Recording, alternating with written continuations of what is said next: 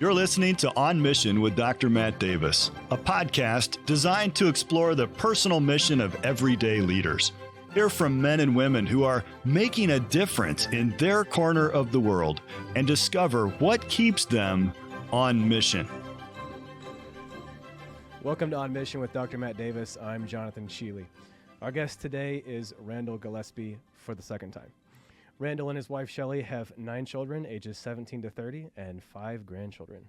He is the Chief Production Officer at Thrive Mortgage and a member of the Maranatha Board of Trustees. In high school, his first job was a carpet cutter. Randell's favorite meal is hot dogs and popcorn. He enjoys spending time with his family and traveling for ministry opportunities. Since he is originally from Michigan, his favorite sport teams are at the University of Michigan. Randell, welcome to the podcast. Thank you. Boy, I don't know where to go with that. Carpet cutter, that kind of sounds interesting. I love this favorite meal of hot dogs and popcorn, but I think have you lost like a bunch of weight probably since the last time I saw you? I don't think you've been eating very many hot dogs and popcorn. Or just popcorn. That's all he's been eating. Oh, maybe. Yeah, well, I have. In fact, I forgot under hobbies, and I really got into biking. When we were living in Texas, the weather was so beautiful, and I knew I needed to get out. And I have just found that what a great stress reliever, and I got enjoy just getting out and really got into biking. So yes, and I'm planning on writing a book. I think it's one of my goals that I've written down here as well. There's so many life examples about riding a bike. And I'll give you one example. Sometimes you got to get over fear of being embarrassed. So when I really got into biking, I kept rewarding myself, and I got a really nice street bike now. Okay. Yep. In fact, I understand Pastor Borkhardt is into it as well. We're supposed to compete a little bit here. Okay. Ultimately. So then I had to go all the way, and I got the shoes, the clip-in shoes. The clips. Oh yeah, I got the clips, and I'm like, I don't need to practice this. And then I came to a red light at an intersection, and couldn't get my feet out. Yeah. So here's this old guy. That's like my worst nightmare in that situation. I didn't think it would happen. It was this old guy sitting in the street like a turtle upside down. I still can't get my feet out. And this lady rolls down her window and says, "Are you okay, mister?" And like, what do you do? So I had to learn the hard way, and there are better ways to learn. So trust me, I have now asked any questions I need to. I guess. And I'm learning. Well, That's a whole experience. When you're halfway down, the time freezes. no. You're like, I'm about to hit it. I'm just a big old spandex turtle right now. This is not good. Not the right view. Nope. Oh my goodness. Well, you were into biking for a while. Are you still doing it? I still am. Yeah. Okay. It's a great. I completely agree. There's Mike nothing. Z who else? Tim Meyer does a little bit. There's nothing quite like the open road for thinking. Being by yourself and in nature as well, since we're in Wisconsin, a lot of cornfields, and be aware of the deer. Yes. Absolutely. And the turkeys, evidently. Mike Z has got a turkey story. I don't know. Every He's time got the curb on the market on that one. I've never actually had that problem. Yeah. Okay. But absolutely, I would concur. Well, Isaiah and I are also big into biking, but the motorized kind. And so we're looking forward to a little nicer weather. And now that the play is completed, we can actually get out on the road. What's Saturday look like? We need to figure that out. Well, see, I'm smarter than you, I guess, because I don't need to be motorized. We just bought a house on the top of a hill. Oh. And by the time I'm done coasting, I call my wife and I say, can you come get me? Got and the chase vehicle. I did 10 miles today. Yeah, that's right. All right. With the wind at your back. Yeah, that's fair. All right. Well, I am looking forward to this. You are the first person, I think, that we've ever had back for a second episode. So I don't know what that does to your ego, but... Well, I took a lot of classes over again in college as well, so I'm kind of used to repeats. I think they misunderstood. I'll try to do a better job this time. I called and said, never schedule that guy again. And they must have cut out a little bit in the beginning, and all they heard was schedule that guy again. No, it's a privilege to have you here. You've been on campus a bunch, not just for visiting your kids, as you've had kids continuously here since the year 2012. 2011 started the online.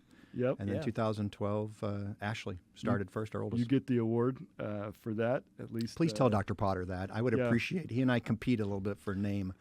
Potters, there's been Kashners here for a long time. We have a few families that the names keep popping up, but that's a combination of having mostly sons. That helps. So the name continues, and just faithfulness. But so appreciate that. But also, you've been here as a board member. And that's been a great level of service that you have contributed to our institutional strength and continuity, as well as speaking at different conferences, including today for a General Assembly for the entire student body. And I appreciate so much your investment of preparation and wisdom, and even a little cash, which, the students got a little eager there. Once they figured out, wait a minute, every volunteer opportunity comes with a reward of different levels. And so by the end, they were piling up there. There were more people in the seats, or more people in the up front than in the seats, I think, by the last request. But I think Teddy wins the award for the best prize. And I asked him afterwards, you gave him an Apple Watch. I said, do you have an iPhone? That'd be an awkward thing if you do the Android guy. Yeah, right. He That'd said, be a quick switch. I do have an old iPhone. This is so great. So that was a good gift. So we definitely appreciate seeing you around. We asked you the question. So you were in episode 7 of season 1, and the surroundings were a little bit different back then. This is impressive. Didn't have a video component back in the day. And back in the first season, we actually did 2 guests per episode, and you were combined in with the one and the only Steve Board. I don't know how you feel about that. You and Steve go back and forth a little bit. I will say that, yes, we did try to see if there was a way to track, listeners and so on, but he's much smarter than I am. Oh, I don't know about that. That's what age does for you. All right, fair enough. Yeah. And we also asked you at that point, what is your mission in life? That conversation was a little more biographical at that point. We talked a lot about how you made the decisions you made in your career and how your family moved from one part of the country to another, and how God sort of instructed your process for that. So we won't necessarily recover that ground biographically, but I think we ought to probably ask in terms of the mission in life. Yeah.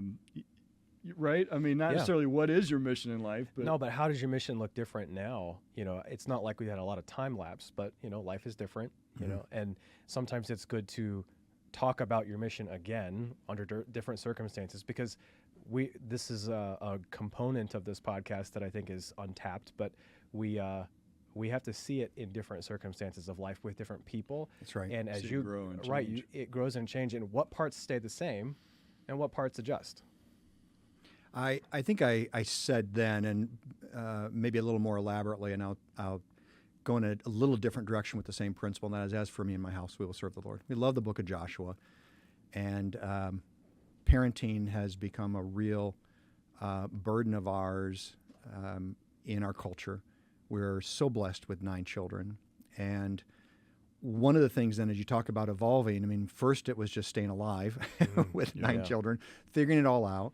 And then the Lord brought people into our lives in order to use our family together, bring them together, and we did music together. Now we're seeing how the Lord used that. Every one of our children are heavily involved in music, either full-time in ministry or in their church.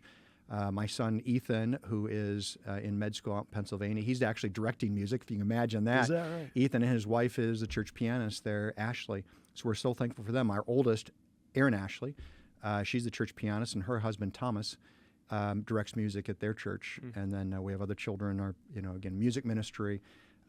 Katie and Matthew, soon to be married, I think that's his name.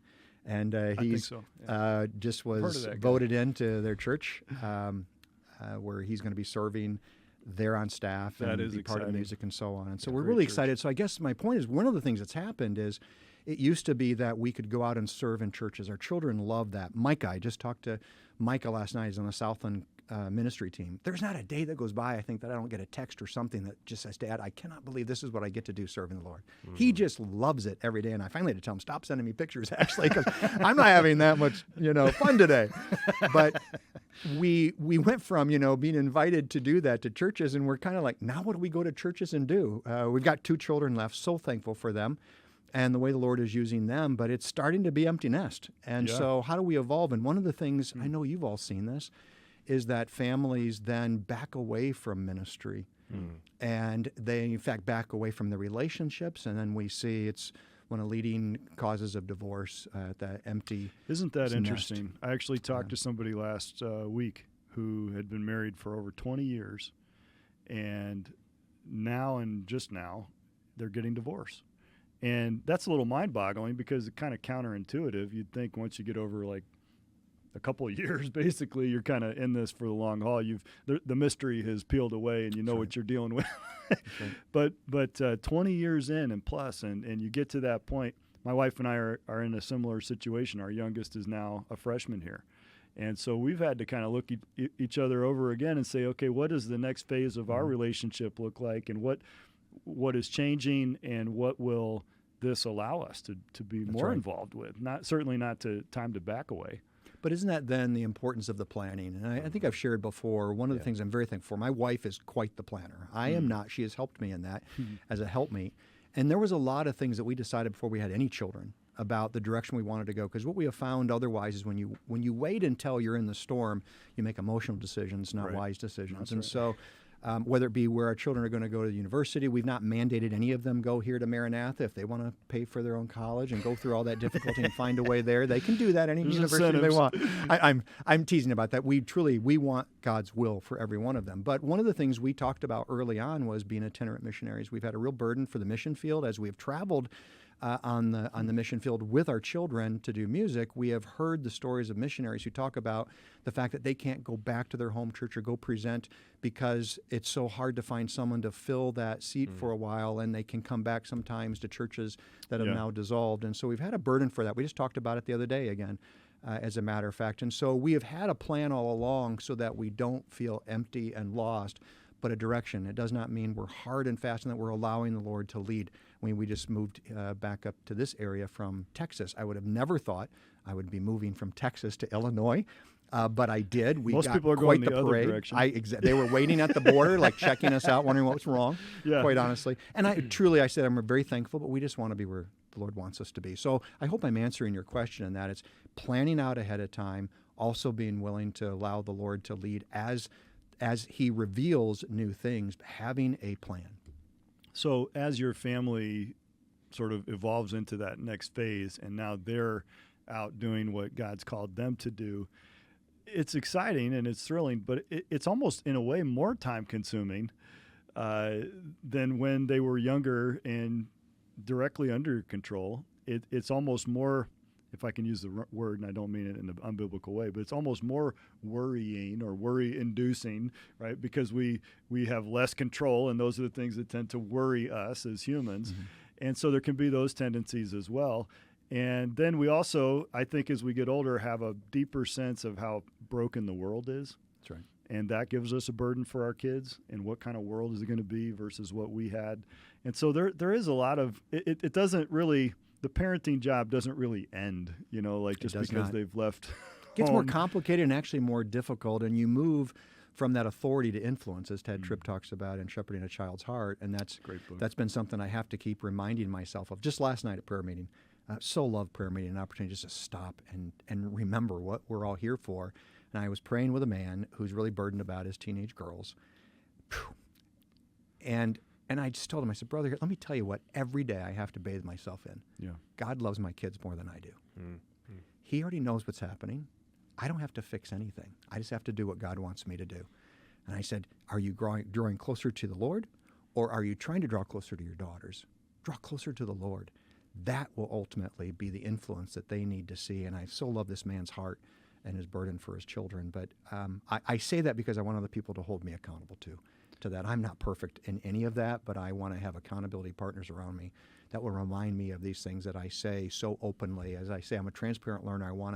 I want to be vocal about what I believe today when things are good, so that people remind me of that when they're not. And that's part of life. It's not this sort of unbroken promotional, parade of celebration. I fear that for new generations coming up that have been coddled, through their entire formative years and then launched out into the real world of life where it's not like that anymore. That's right. I'm trying to put together some words for our graduates, and I'm reflecting on the environment that we have here in college, which is a nurturing environment, versus a few days from now, as we record this session right before graduation is upon us in a week or so, that the world is about to drastically change. And, like it or not, they need to leave. I don't like it. They don't like it, but they need to do what God's calling them to do. That means they need to leave. Most of them. Some of them, we keep the best and brightest, Jonathan. At least for as long as we can. For a while. But they need to go out and do that. And all of a sudden, in my reflections, I'm thinking, this is a place where every single person that serves here is dedicated to their success, that wants to see them succeed. Now, we sometimes have disagreements between us and them as to what choices that aligns with. And that's, again, us confrontationally trying to help them. But that's not how the world works. That's right. And the world isn't like that. And they're about to leave a nurturing place where everybody here is, I hope, friendly and dedicated to their success, into a world where even the people they work with probably don't really want them to succeed if it meant, they could succeed on top of, their failure. And so I often wonder, do we need to create more adversity during the college years? Do we need to put more stress? And the students, of course, are saying, no, we got plenty of stress. And I'm not minimizing the very real world stresses that college students do undergo and live through. But there's a reason for that. It's practice for the real world, right? And as parents, that's the art form of taking your foot off the clutch, right? And allowing more and more and more that sort of gradual takeover. What's a half step, right? Because if you're coming from mom and dad, and presumably mom and dad were supportive before they came to Maranatha. I hope so, yeah. And then, it's a different supportive team. We're not mom and dad, and we're not making mom and dad statements either. We have specific reasons. We're talking about courses. We're talking about responsibilities, and I'm a supervisor of employees, those kinds of things. Those are different conversations in a supportive environment than mom and dad. Yeah. And then they take that last step, and like our tagline, they now have to lead with integrity, not just with the mechanics of their responsibilities, but with the integrity that underpins that. Right. I've tried to tell our kids, you're going to go from where we're doing everything for you to then we got to teach you how to do it so that you can go do it for yourself. And I see so many people, and I have to be careful myself as our children deal with those struggles. I remember the first call I got from a first child here on the university, and they had to deal with something. And at first, I was burdened. And of course, I wanted to jump in a car and go fix it. Yeah. And I thought, no, what a joy, number one, that I get this call and an opportunity to give some counsel, because now this is where they get to see God's power in their own life.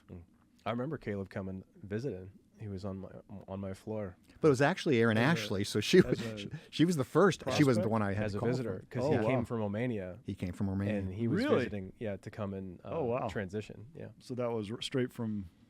He found us. Yeah, we dropped him off in Romania, and then he got back to the United States.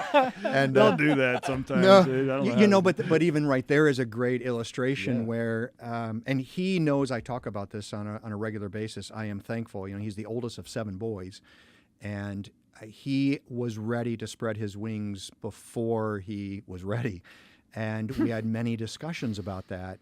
And I am so thankful the way that the Lord has used that in his life. So he wanted to go to another school that when I asked him, tell me how the Lord's working in your life, and he kept talking about the social stuff at that school.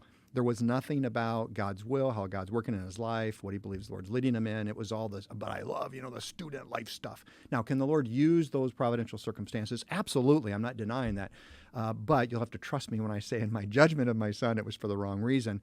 And what's ironic is I said, look, you don't have to go to Maranatha. That's not what I'm saying. I want you to be where God wants you to be, but that's not what I'm hearing you say. And then the Lord, again, long story of how we first went to Japan, and then we ended up going to Romania, Hungary, and Austria to represent a school there, the Baptist College International. And they were trying to reopen an English-speaking school in Europe. And what they were trying to do there in Eastern Europe was use something like our family then to travel around. It was incredible 3 weeks in that process.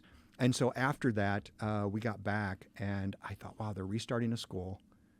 And I told Caleb, I said, all right, then maybe it's not Maranatha, but you need to tell me how the Lord's leading your life. And the Lord worked in his life. And literally, I'm downplaying this a little bit. It got very aggressive for over a few moments. And he finally said, great, how about if I go to Romania? And I was going to propose that. And I had been just bathed in this in prayer, saying, Lord, you love him more than I do. I just want him in your will. And when he said that, now let me go a little further, if I may, in this. He's diabetic. He was diagnosed with juvenile diabetes at the age of 2.5. Oh, wow. And that's a whole nother story itself. I slept next to his bed for probably 6 months. The Lord has used that in amazing ways. Folks, that's why I have the joy that I do. When we just get out of our own way and we see that the Lord has a plan for all of that. That was difficult. I was testing him every couple of hours, scared to death for my son. And now all of a sudden, then it hit me like, amen. All right, yep, you're going to go to Romania. And I thought, you got diabetes. Yeah, who's going to test him? How am I going to keep my tabs on that? You know what? Trust in the Lord with all your heart. Wow. Lean not to your own understanding. And I just had to, then I'm like, okay, now it's my heart. Now I have who's to being get right. tested? Exactly. And you know what? Here's what the irony was. He went to that school. There was only 4 students that first year. He went from going because of a big school with all the social programs, and he had to call home on weekends because everybody was local else that went to the school, and they would leave. He was the only one in the dorm. And we had some of the best conversations over that period of time. Yeah. And then after that year, he's like, Dad, I really feel the Lord's leading me to Maranatha. Now, again, I wasn't celebrating that he was coming to Maranatha. I was celebrating that he knew the Lord was working in his life, and then the rest is history. He meets his amazing wife. He married up as I did. Elise is such a precious young lady. Yep. Yeah. That's how God works. I can celebrate that he came to Maranatha because, that was another incredible addition to the student body. Yeah. It is amazing how the student body will have a character of its own that kind of emerges, within that. And there's usually a character amongst the character, but that's maybe a few, right? But no, I think as God puts those pieces together, it usually is in some way that we couldn't possibly predict or manipulate. That's right. Yeah. Even though as parents we'd like to take credit for it or not, the Lord's working in their lives. And that's the scary thing. As they do get older, they start to make their own decisions, have a mind of their own in that. And that's where those principles come to play. That's right. You talk about serving the Lord as a household. You talk about missions. You talk about music ministry and all of that. So maybe people would be surprised to know that you're not in pastoral ministry. You're not, you've always made local church service a priority, but you've never necessarily felt that that's what God was calling you to vocationally. Your route was a little bit different into the workforce and everything that you kind of talked about that. But you view what you're doing as serving the Lord. And I think people need to understand what the mindset is behind that. The peace that God gave me, my wife and I have begged the Lord to lead us into full-time ministry for years, especially Japan. When we went to Japan, my wife and I got to go there to Okinawa. She went with me. That was an incredible story. When I was still in the Marine Corps, serving in the United States Marine Corps, we grew a love for the Japanese people. Fast forward 20 years later, we're in Kansas City, Missouri. We meet Ron White. He hears about our love of Japan, asks our family to go there. But ultimately, where I'm going with all of this is that I'd been begging the Lord, would you lead us to Japan? Would you lead us into missions? Would you lead us into pastoring? Whatever it might be, we have a burden for people. And the peace that the Lord finally gave me, because I probably questioned the Lord too much, I will admit, and I needed to just be satisfied in what God had given me.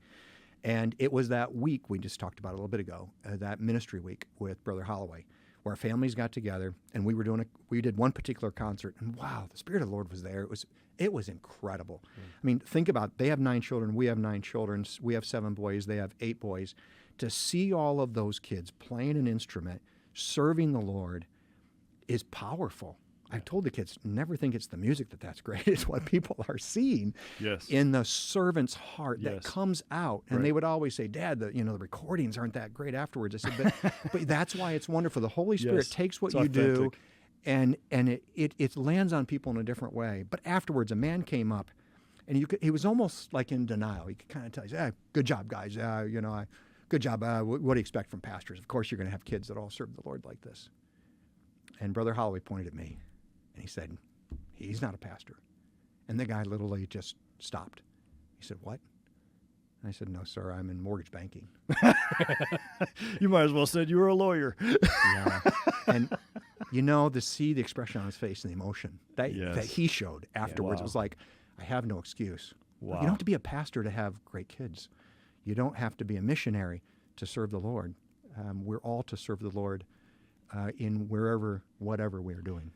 think of the implications of that if the reverse was true. If the only people serving the Lord were pastors, who would the pastors pastor, right? I mean, it'd just be nothing but reprobate members of churches who were just, all they needed to do was, get their hearts right and dedicate themselves to full-time vocational ministry. Of course, God calls people into secular professions. Of course, that's ministry. That's right. Amen. That's serving the Lord. When you do what God called you to do, and you do it fairly and honestly, and you bring biblical principles into that, and there are many, many thousands of biblical principles that we can apply every day in our work, that is ministry. That's serving the Lord. That's fulfilling my calling and my mission in life. Yeah. Amen. Yeah. We can't just constantly look over the fence and say, oh, I wish I could do that, or I wish I could really do something great for God if I was to just be D.L. Moody or something. We can't all be D.L. Moody. Exactly right. And so there's a faithfulness, and, Moody wasn't built on money that D.L. Moody made, right? It was built because there were faithful businessmen that God used and burdened to come alongside, exercise good stewardship, and support that work. So, and that's where I get disappointed. Yeah, to that point, our son, Jan Milton. Yeah. Jan Milton spent the night at our home and met with our children that are focused on medicine. So our oldest is a nurse. She's a stay-at-home mom today. And Ethan is in med school, and he had surrendered to Romania for medical missions when we were there. And Jan Milton, it was really neat because as Ethan believed that's where the Lord was working in his life. But Jan Milton brought up a really good point. Number one, if you're practicing here in the United States, you're going to have the latest and greatest of medicine and resources to be able to help financially your local church and be part of these mission trips. Now, he was not saying if the Lord's called you to live there and be a doctor there. He wasn't saying that. He was saying just think about the way the Lord can use that surrender in your life. Right. And we all need, as business people, one of the illustrations I think about often, our company did an event years ago when I was part of one of the large top 3 banks. In Kansas City, Missouri, we had the museum there rented out for an event. And I was learning the history of it from the curator there. And that was built during the Depression. Mm-hmm. Yeah. During the Depression. And I guess what hit me, if you see where I'm going with this, is people gave money for a museum during the Great Depression. And yet in our churches and ministries, we're not giving to the Lord. And so it's been something that first I just have to make sure I'm practicing and trying to be a good testimony and example, but to just challenge people that we have such an incredible opportunity to come alongside and lift up the arms of those servants that the Lord is using in different ways. We might say, well, I don't have a lot of money. Maybe God has blessed with financial resource, and that's a great thing. But we also have time, and those who have financial resource also, this might be one of the greatest challenges for people in the successful business world or in a profession like mine, is that the profession demands so much of you. It will take everything you will give it. But yet you've been talking about what I'm guessing is spending your hard-earned and small amounts of days off and vacation to do things like traveling around and serving the Lord in ministry, taking missions trips. All of that is time away from the work that there always is more of when you get there. I've learned that I can't be stressed out by the fact that I didn't get everything done today. There are things I need to get done today, but there's always going to be more of it than there is of me. Exactly. And my priorities are serving the Lord, my family, and then, my vocation. And, That's right. And we have to keep those things in priority. You've kind of modeled that and balanced that. Could you talk a little bit about how you marked that out, and even in that decision of, instead of using vacation this year to just relax, either stay home or go visit the Grand Canyon, we're going to load in a van and go sing in churches across the Midwest, and what? Like, that's a very different choice than most people would make. It's just so much joy. It really, there's a number of ways in the way the Lord used it. We had a wonderful pastor, Rick Arrowwood, who encouraged families to serve, and he showed the joy of serving. And I wanted that. And the truth be told, because I am not perfect and I've had to learn the wrong way, we were coming back from the infamous Orlando with our family from a vacation. Just spent a small fortune. Yep. Yeah. Did not have 9 children at that These time. days, it's so a you large kind of all fortune. know where I'm going with that. And I remember the kids complaining and whining about how they didn't get those dumb little things that spin and light up because we were leaving at night. We went back, spent the night, left in the morning. And I didn't buy them those things. And I'm thinking, after all the money we just spent, having the time of your life, what they're thinking of is what they didn't get. It's one of those human principles. It started in the garden. The one thing out of the entire garden you couldn't have. Yep. Still alive and well today. And I remember telling my wife, never again. And then we happened to have some missionaries staying with us at the home, and they had invited us over to Japan. And so I said, you know what? Let's do that instead. Let's go serve. We're going to knock on doors. And that's actually what we did the first time we traveled is we cleaned the church for them. We knocked on doors. We went calling. And it was a number of years later that we started the music part of the ministry. But there was so much joy coming back from there. The kids didn't complain. They met new people. Yeah. And like, this is where it's at. And I try to tell young families, that is joy. Our first family missions trip was to the Philippines. Mm-hmm. And my oldest was in high school and then on down. And it was a little bit risky in my mind because I'd never really traveled anywhere like that personally even. And so it was a new experience for all of us at the same time. And we decided to take a few college students along with us too. So what could possibly go wrong? And, we land in Manila. I put them into a taxi with just enough money, which turned out to be about 75 cents in American currency. I had all this exchanged cash, but in my mind at the time, it was like, okay, how much do you need? Okay, here you go. And I gave them out these little Filipino pesos, and off they went. And then they drove away, and I went, what did I just do? I just put my wife and 2 kids in a strange cab. I mean, the press of humanity, the culture shock, all of that. We had such a blast doing that and visiting schools and giving the gospel to hundreds of people all over the place, anybody that would listen. They did things they would never, ever, ever have done here in the States. That's right. And it doesn't it teach you then about faith in a way? And as you're explaining that, I'm thinking back when we went to China. The missionary there was supposed to have had a large bus for 9 kids and instruments and stuff for our trip. A little more logistics there. And he didn't get it together. He was not that versed yet in the local language. He was a new missionary on the field. We wanted to help him. And we arrived there late at night, 11 o'clock.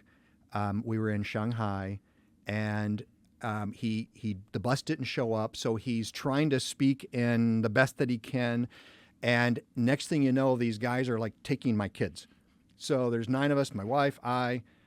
What I do know is I'm staying with my wife, so we're not going to split up. I'm going to make sure she's protected. That's my obligation. I started assigning our kids by the oldest and their size and to help with the other ones. 4 black sedans literally were piling in. We're holding luggage we have no idea where we're going. I'm turning my phone and I'm videoing. I'm thinking if someone is going to find this phone someday, I want to be videoing where we're going down the highways. I'm videoing what the man is saying driving. We were flying down the highways in Shanghai. And I was praying like crazy. And ultimately, we did get to our destination about 1 o'clock in the morning, have no idea. The Lord protected. We talked about that a lot as a family to think, now think about the Christians that are in these nations and the risk that they take. Because the next day then we did a concert actually in someone's home, and we had to go separately to that location so that we didn't raise suspicions. And that was a powerful visual. We read stories in the Bible, and then we realize these are not stories. These are actual events, and shame on us for not personalizing that and bringing that reality. And I think those are the things as we serve the Lord and to show our children how the Lord provides, protects, answers prayer, and depend on Him. That is an assessment we have to do as fathers, as husbands, of the risks versus the opportunities, the ministry. That's right. And when you look at the people in history that we've referred to as the heroes of history, whether they be from church history or from war histories or just national history, there are always people who made that calculation in favor of something bigger than them. Yeah. And they looked beyond themselves, and they were willing to make a sacrifice if necessary, but they did something bold and brash. It doesn't always turn out well.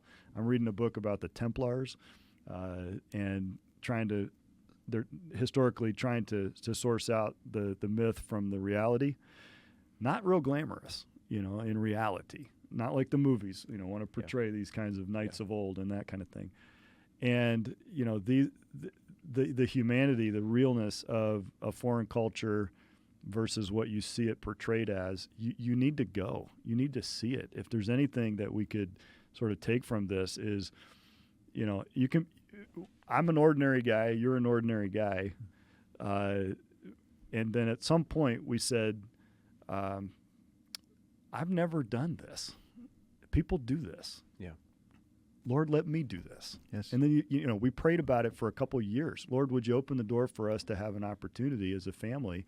And then when the door opened, we were like, this is what we've been praying for. Yeah. And we didn't know really how to prepare. We prepared as best we could, but then we just had to be flexible and do it. And what's amazing to me is if we stop, and that goes back to this comment about sacrifice. That trip to China, what I didn't say is we actually did that during the mortgage meltdown. In the worst time, now this might be the worst in the environment, but at that time, probably the worst ever in the history of mortgage, what happened in 2007, 8, 9, through that period of time, I was I was feeling sorry for myself. It was difficult. I was on conference calls from midnight to 6 a.m. because of the time difference, and then traveling with the family during the daytime, sleeping everywhere I could. I was exhausted. And I was at a church, and they would line up to talk to us, and we'd have an interpreter, and someone was asking me, how do you do this? And I didn't understand what he meant. And I'm like, what do you mean, how? We get in a car, we get on a plane? And the interpreter finally had to say, no, he's not understanding. He understands you're in banking, and he can't figure out how you have the time to come do this. And I that convicted me. I found out he gets 1 week vacation a year, and all the rest of the time it's 12-hour days, Saturdays included, and he could not comprehend how an American businessman could have the time to go travel with his family to do that. And I went back thinking, shame on me. I'm feeling sorry for myself. So the point is that I'm praying, Lord, would you just help me, my attitude about all of this. I know I have the wrong attitude. The Lord was answering that prayer. And sometimes we don't like that difficulty, that pain, that fire that we have to go through. Athletes preach it. Our kids want to worship athletes when they talk about the pain and the difficulty and getting up at 4 a.m. and all that. And we celebrate that. But in our Christian walk, we seem to put it to a different standard. And it's like we don't think that we have to go through those challenges in order to get the benefits. Something that's not lost on me, sitting as a young father. I've got a 4-year-old and a 5-week-old.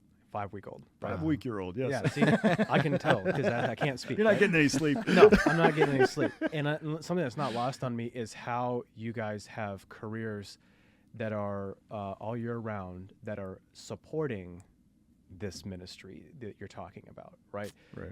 You have, committed to here at Maranatha, which obviously as a mission, we're supporting you going overseas. You have found a way in your family to make your personal mission real enough so that you're professional and you're trusted and you get that time, and then you're trusted to come back and be just as professional in between. And that, again, that for young folks, you have to remember, you got to put the time in between those weeks of going overseas. Yeah. It's not like you're doing that 4 weeks out of the month. That's a really good point, Jonathan. You have to be professional. You have to be dependable. You have to be faithful. And then God opens those doors at the right time. And you can plan, and you can say, our family values are to serve together. Yeah. But you got to be consistent in between before God gives you those opportunities. And trust me, you've got to handle your business. You have to prove yourself. You've got to work hard. If you want to have those moments with your family, that means when the family goes to bed, you're probably going to crack the computer open again and make sure you've, really put a knot on today's needed work. And when you have a team that depends on you, when you've achieved something in terms of leadership within an organization, that just means there are more people who depend on you for support and help and assistance, and that doesn't go away just because you've decided to go to Philippines or Japan or for a couple of weeks or whatever that ends up being. And you have to, but more than that, personally, you have to carve that out as a priority and defend that space. That's right. Because everything wants your time. Everything. The world wants your time. Right. The world wants your kids. Mission statement, right? I mean, Yes. we know that in companies have it. There has to be order. There has to be structure. There's a piece I do on the family where I'm talking about the president being the father, the vice president, the wife, and the children and their roles. And I try to use it to from a business to the family. And some people want to argue with me because of current culture and equal and all that. I'm like, look, I argue with the Lord. This is what the Bible tells us, and it's the way that the structure works powerfully. We did have to early on, to your point, I was ambitious. I was in politics. I was in an elected office. I'm helping Senate candidates and so on. And I sat down one night telling my wife, I'm sitting in board meetings. I don't even know what board it is, what organization it is. I wasn't sleeping, and I said, our priorities are wrong. And a pastor helped me sit down, and we reprioritized. And we said, here's what's important. This is where the eternal value is that we need a return on. And we reprioritized everything. I got off the boards that were not ultimately serving that mission purpose.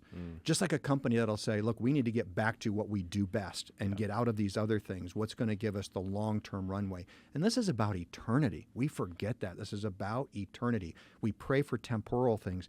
We so rarely pray for eternal things. And so I'm not saying that's perfect. I'm sharing just the way that the Lord worked in our lives. And we restructured, and that's where we saw then, it went from saying we don't have time to do this to now how we're going to do it. It's the big rock, little rock, Stephen Covey principle, right? Yeah. You put the big rocks in first. Here's our priorities.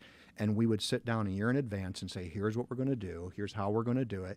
And if something else came along, we would have to look at it if it was not a priority. Well, it's not lost on me that there's two men sitting at the table with chief in their title. Right. But you have families that matter to you. And how many other men like that exist who are saying, yeah, I've got career success, but you guys have talked about your family for the past 50 minutes. That's we what's haven't important. even really gotten much into the business principles. Right, absolutely. And I think that's a takeaway right there. But, I'm studying the life of David in my adult Bible fellowship. I meant to do just a brief, 12-week, 12-lesson, breeze David. through the life of David. And what I discovered is there's a lot more there than just 12 weeks worth. So we've been there about a year, I think. My whole class is like, is there ever anything else in the Bible? But it's good stuff. But it strikes me that in spite of all of the great success and, historic levels of fame and fortune that were derived from that, really the nation of Israel today as it is exists because of David and his 40 years as the king. But his family was a disaster, right? And he paid the price for that. Yeah. And, he lost so many of his own sons at the hands of other sons, and the horrific abuse that took place, and his responses to it were all wrong. And you can see, kind of looking back into that, and as a father, it probably hits us that way, is that this is not a price I'm willing to pay for worldly goods or for fame and fortune or success in a work endeavor. And that's what you said about putting those big rocks in. That's the big rock, my family. That's what this is about. The sad thing is in our society right now that people aren't getting married until much later, if at all. They're not prioritizing having children. They don't see the point. And all that fulfillment that we've discussed and talked about, the reasons why, the motivations, the priorities, they're not even interested in getting started with that. They haven't maybe seen the same good examples. They haven't seen the point of it. And then we blame God. There's an illustration I use. You go through a lot of barbecues with a big family. And so about every year I have to put a new barbecue grill together, and I'd always have one of my sons help me. And we're putting one together, and by this time I thought I was pretty good at them. And there was one part, a final part, was not fitting. So, of course, like any good father would do, wanted to set an example for his children, I got out a hammer and a saw, and I started making it fit. And about that time, I looked over, and my son was looking at the instructions, and he's like, Dad, what? Here's the problem. You've got it backwards. I'm like, no, I don't. What are you talking about? You know how many of these I put together? And so I take it from him, and I put the instructions down. He goes, no, Dad, you're looking at it backwards. And sure enough, I turn it around, and I say that we want to do things our way, not follow the instructions. Then when it doesn't go well, we say, God, look what you allowed to happen. Yeah. And we blame God. His word is perfect. It works. I continue to say that. Maybe that's on my epitaph. God's word works. Like, that's all we have to do is follow. That's why I give the simple brownie illustration. Try not following one of the steps. You're not going to get brownies. I've done it. It's one of the things that we do with young couples is we just give them, the different materials to make brownies. We say, go do it. See what you come up with. And inevitably, it is they have to eat it is one of the rules. There's been some illness as a result of that. But what's fascinating to me is that it at least makes the point. You have a bitter taste if you don't follow the instructions that God gives us.